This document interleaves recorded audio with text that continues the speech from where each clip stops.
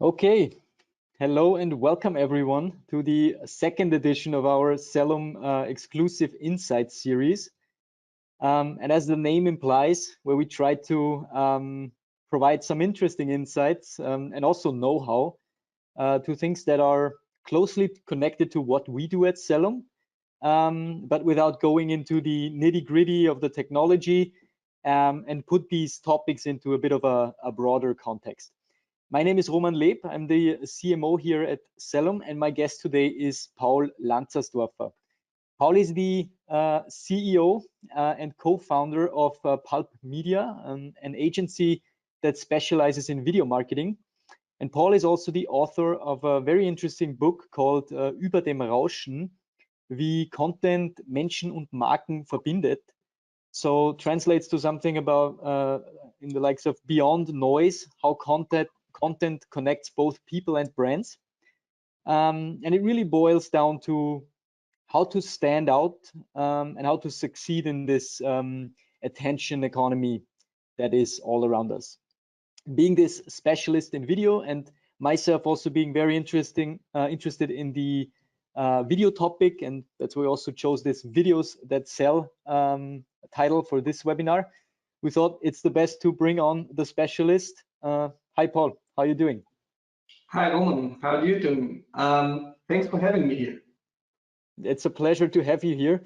Paul, we spoke a little bit before that, right, about videos, and was a very, very interesting conversation. I would just ask you to briefly introduce yourself a little bit to the audience, like, you know, your agency, what you do, what your experience is, just that everyone can get a good picture of who you are.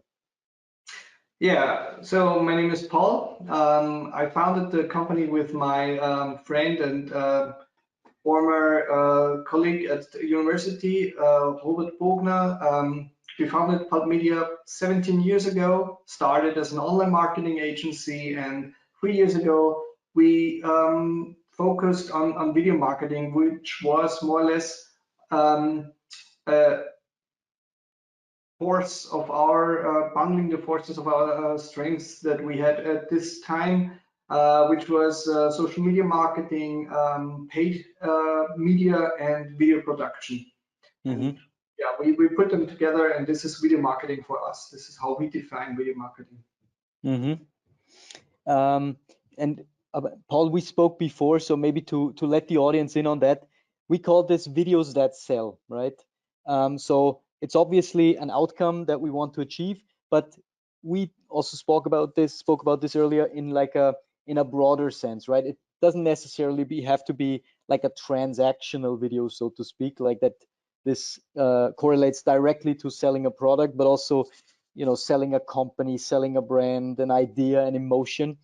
And I would be very interested in how you approach the whole concept work, right? The strategic aspects of how to come up with ideas, like you can go all ways that you want, but I would be very interested in how you approach that, because I know it can be a very, very daunting thing and like a big task, right?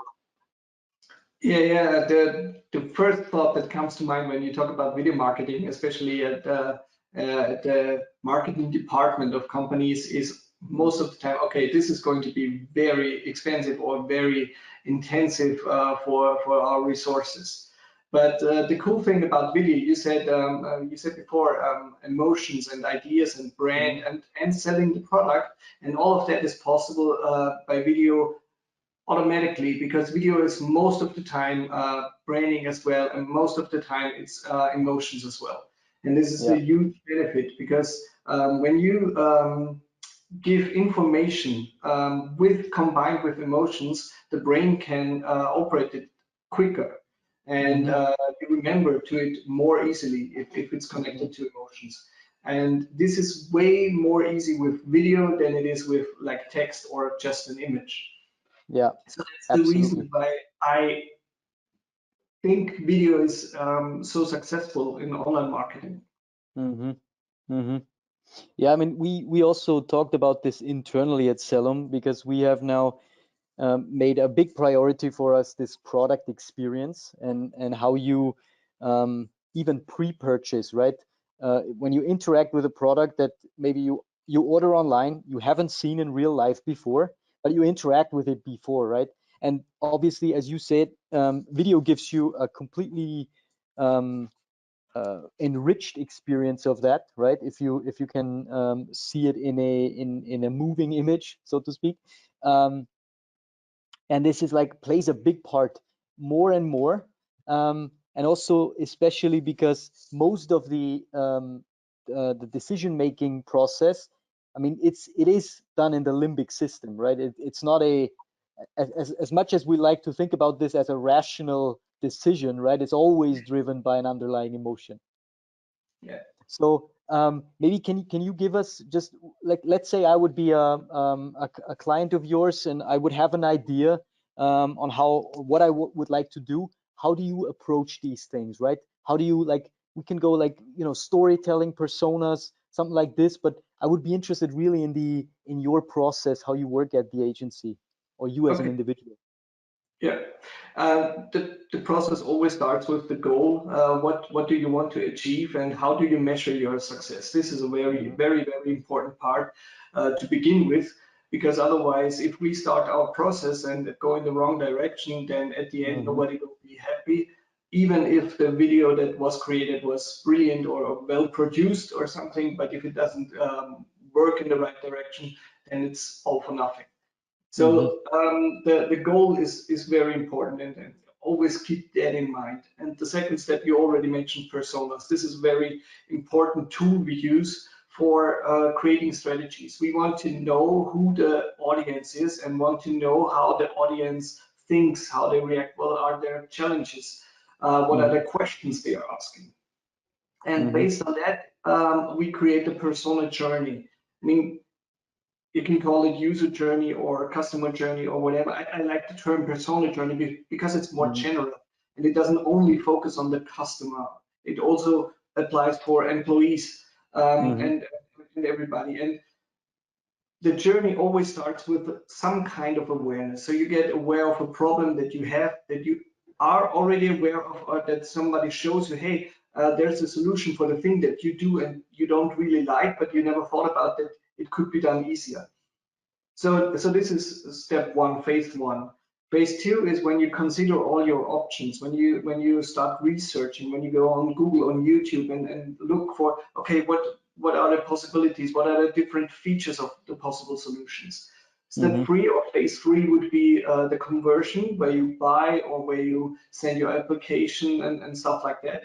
And then after the sale is very important, or after the conversion is very important, the delight phase, the phase where you immediately after you like hit the order now button, you start questioning your choice. That's something that we always do.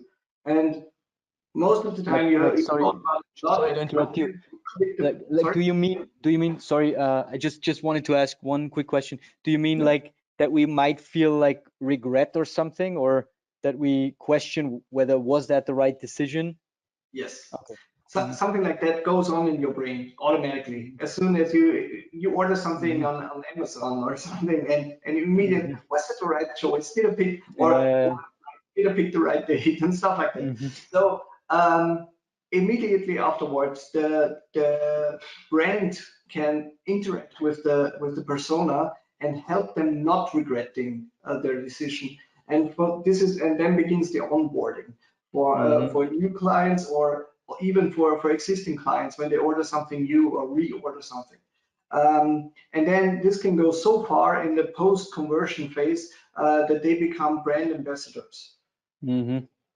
Like when a very, very simple example or very quick example for the persona journey is when you are at the supermarket and you are at the cashier and you realize, okay, I'm a little bit hungry. This would be awareness. And then you have the option, you have the candy bars there, whatever the brand names are. And then you take a decision and maybe you decide, okay, today I don't take the candy bar I usually take, I take a new one. And immediately afterwards, you open it up, and this is also part of the process, the opening, and then you take a bite, and then you realize, okay, that was really good. and then you recommend it to your friends, so you become a brand ambassador. This is a very small ambassador, a very small influencer, but you are an influencer. So this is the journey, and we think about this a lot, and then we think in phase, how can videos help the brand in this phase with like creating awareness of a problem, or showing the features of the thing, showing testimonials in the decision phase, and then afterwards make entertainment, show applications of the product and stuff like that. So in all the phases, you have videos that help the persona, the customer, the employee in their process, in their decision making. Yeah, so it sounds like you guys have a very holistic approach in this also, because it's not just, you know, we agree on that's what we do in terms of we produce that video for you and for that specific channel or stuff like that, but you also obviously then think about what's going to happen next if somebody you know, consumes that, what's going to happen next in the process. And I think that's very, very cool.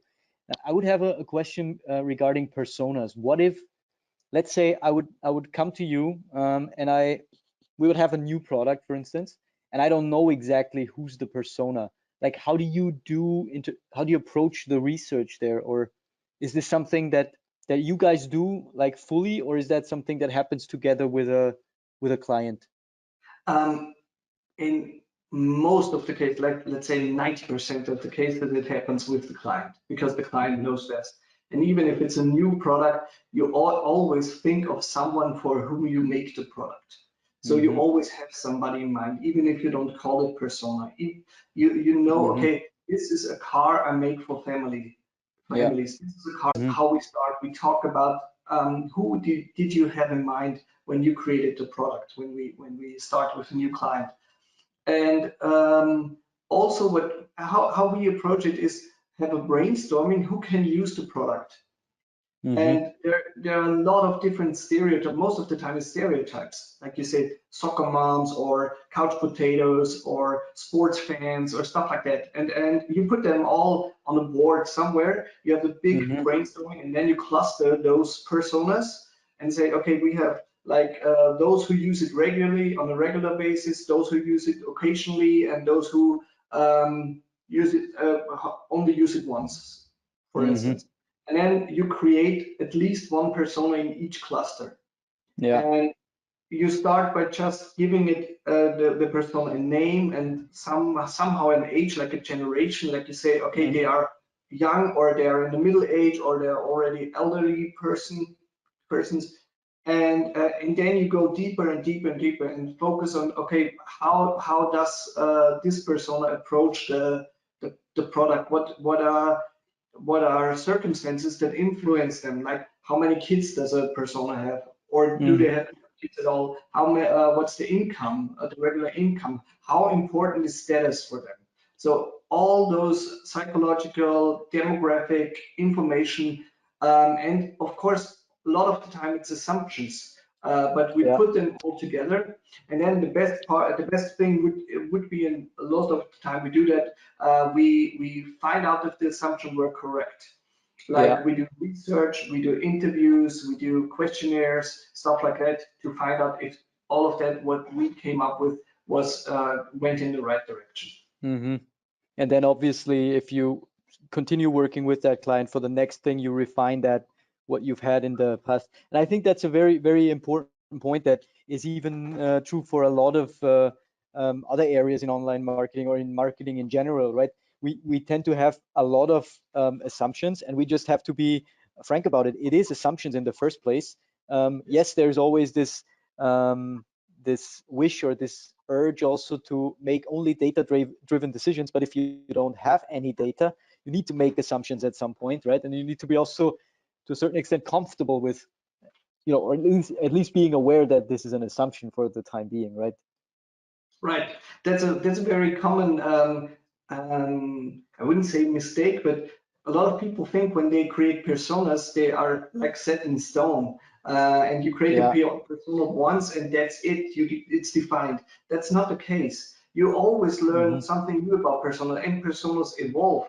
Like when you introduce a new product, you have to explain a lot. You have to explain to them how to use it. Like when the first smartphones came up, the using the interface like pinch to zoom and stuff like that was very new, and they need to explain it in videos. Right now, you don't need to explain it at all. You just say you tap or you double tap. That's something everybody knows right now, and you can assume the persona even if it's 12 years old or 6 years old and 90 years old, they all know how to use a smartphone. And this is something you need to be aware of, that the market changes, the persona changes, and you get to know the persona. It's like a friend you use, or a friend you know, a person you really know and get to know even better every time. And they evolve, you evolve, and your communication evolves. Absolutely. You said it already. You got a couple of demographic markers, right? You got a couple of how do you say? Psychological markers. Psychological, yeah, exactly. How to say, like, I think it's called info. No, not. I forgot the word now. Never mind. Psychographics. Sorry. So you have the psychographics, right? Some demographics, and then, but how does where does the emotion for that specific persona come into play? That would be very interesting to hear from you. Very good question. What we work with is archetypes. That's something that really works. It comes from psychology, thinking like Carl Gustav Jung invented archetypes for psychology, and they have been transformed into marketing archetypes in the late 1990s, early 2000s. And there are several archetypes like the hero, the ruler, the caregiver, the jester. So there are different archetypes, and you apply an archetype to a persona, and it helps a lot when you thought about a persona a lot. When you not just create like a checklist where you say, okay, how old is she? Does she live in a house? If you talk about the persona a lot, you get an image, and then it's quite easy to find the archetype that fits the persona. So, That's a very interesting point. We have an archetype for the brand as well, and then the method more or less is thinking if the brand would tell a story, and the personas are the characters, and they have those archetypes as a role in their story. How would the story evolve? How would persona A talk to persona B, or how would the brand talk to them in different ways? Like when you talk to a jester, for instance, you can make fun, but if you talk to like a sage, a very numbered focused person, fun isn't the right choice. You're still the same brand, but you approach them a little bit different. That's an interesting point. So then, like you mentioned already, a couple of different archetypes. So they have, and I think you said it right now, like they have different emotional triggers, right? How to best address them. That's very interesting. So you have like the persona, you match the persona with an archetype, and then obviously that can come out as like a couple of versions, right? Because if you have a multiple personas and you have multiple archetypes, you might have to produce a couple of different videos, right? Right. So and sometimes they're completely different videos, but sometimes it isn't really necessary to have completely different videos. This is not exactly, it doesn't have exactly something to do with archetypes, but let me give you another example. Like if you have a car and you have two personas. The one persona is the sports guy who needs to put a surfboard in the trunk, and the other persona is a family persona, a father or a mother who has two kids, and they have different questions. It's the same car, but you approach them with different videos. Like the one you show, this is how many things fit in the trunk. You can put a surfboard there. You can put this there, and that there. And you start with this argument, and the second argument would be how safe the car is. And for the family persona, you start with the safety, and then you show how many things fit in the car, because it's interesting for them as well. So this is also an emotional trigger, or more or less a chain of arguments that you rearrange for each person, for each persona. But you, in any case, you map it in the most ideal way that you can think of for that specific persona attached with that archetype. But then you could reuse some things, or as you said, you just rearrange that because you say, for that persona with that archetype, we think that's the primary one, right? But this other one also fits, and it's very similar to this one. Right. That's very interesting way of working. Seeing in the video that you have in the video for one persona and not in the video for the other persona. So like you just cut it a little bit different. Yeah, yeah. That's very interesting. Paul, I wanted to also talk with you a little bit about your book, because the title of your book is how do you like go beyond that noise, right? Like how to be, like in every sense of the word, extraordinary, right? To stand out from the ordinary. Like, can you give our audience a couple of like best practices or findings that you had over your career? Like what makes content connect people and brands, and what makes you stand out from the crowd? Yeah, so a very important thing to start with is you can't be extraordinary for everyone. And so it's better to not even try that. And that's why I really like the tool of a persona, to work with personas, because you can only try to be above the noise or beyond the noise for this persona. You think what works, what is interesting to this persona, what are the questions the persona has, what are emotional triggers for the persona, and you create content for this persona, and then you can it can be extraordinary for them. And this always works best. If you don't work with a persona, you usually create content for yourself.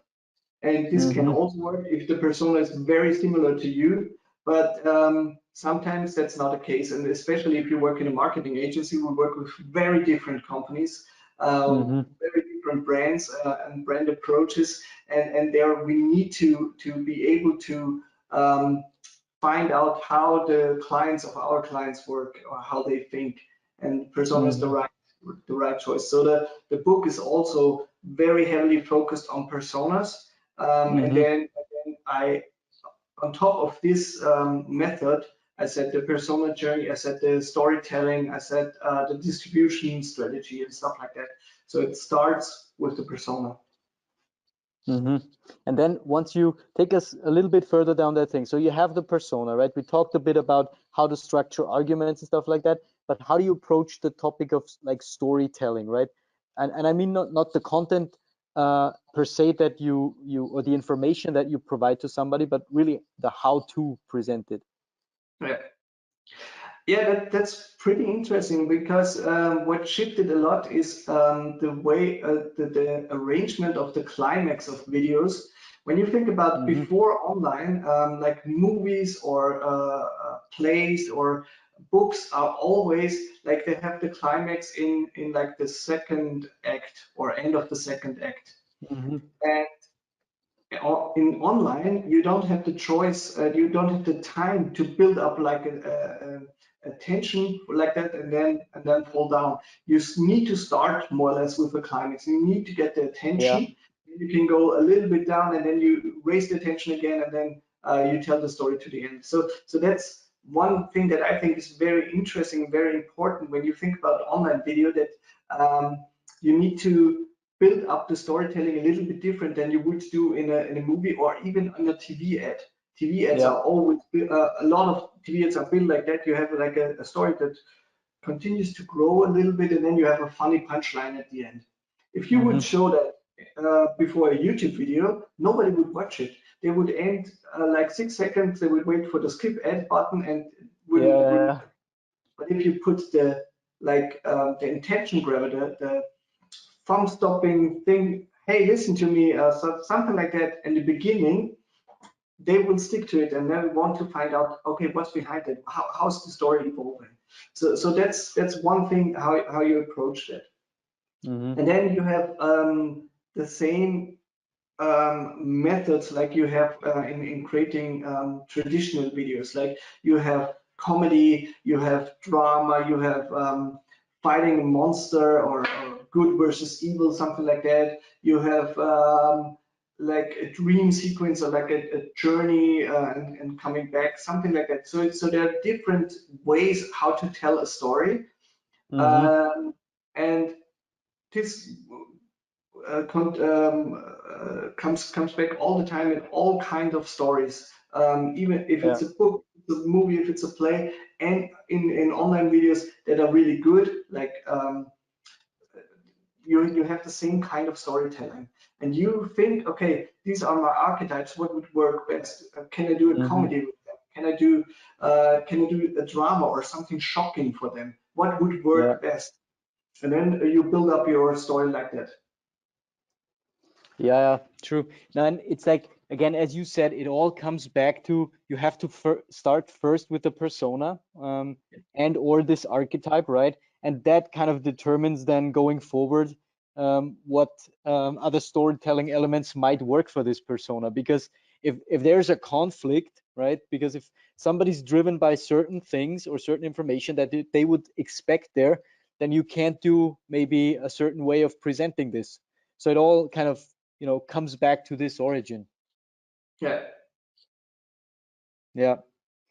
Now, Paul, can you maybe also share some practical examples, like from your clients? Are you allowed to name any, like some clients that you have, some projects that you've done, so that folks can get a bit of a better picture of, or Yeah. also look up what Top Media has produced?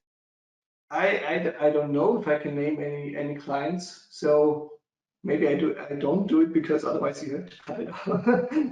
No, we have clients in different sizes and different areas in all over German-speaking countries. An example I can give that I think shows a little bit how we approach things and how we work was we did video marketing for a mattress producer. And the interesting thing about mattresses is there's not one mattress that's good for everybody. So there are Yeah, four true. different types of mattress, and it depends on how your sleeping behavior is. So what we created was explanatory videos where we explained that this type of mattress and for what type of sleeping behavior it does work. And so we had four explainer videos. And also at the same time, when we produced them, we thought, okay, how can we grab the attention in the awareness phase? Because the explainer videos are for consideration. And how can we grab attention? So we took some sequences out of them, of the explainers, and put them together for ads, for YouTube ads. And then we also, at the same time, we created some funny elements we can use for social media in the post-sale phase. So this is how we approach things. We think about the whole phase and how can we produce on one or several production days the most content that's possible and use it in very different ways. Like as I said, you cut out this sequence and use it there. You use this sequence there, and altogether they form like an explainer video or a video for consideration or an image movie or something. But and do you guys have like in terms of a special industry that you serve, like, or a specific business model? Are you more B2B, more B2C, more, I don't know, in a specific industry, more tangible products or intangible, No, or like we all over? don't exclude any branch or industry.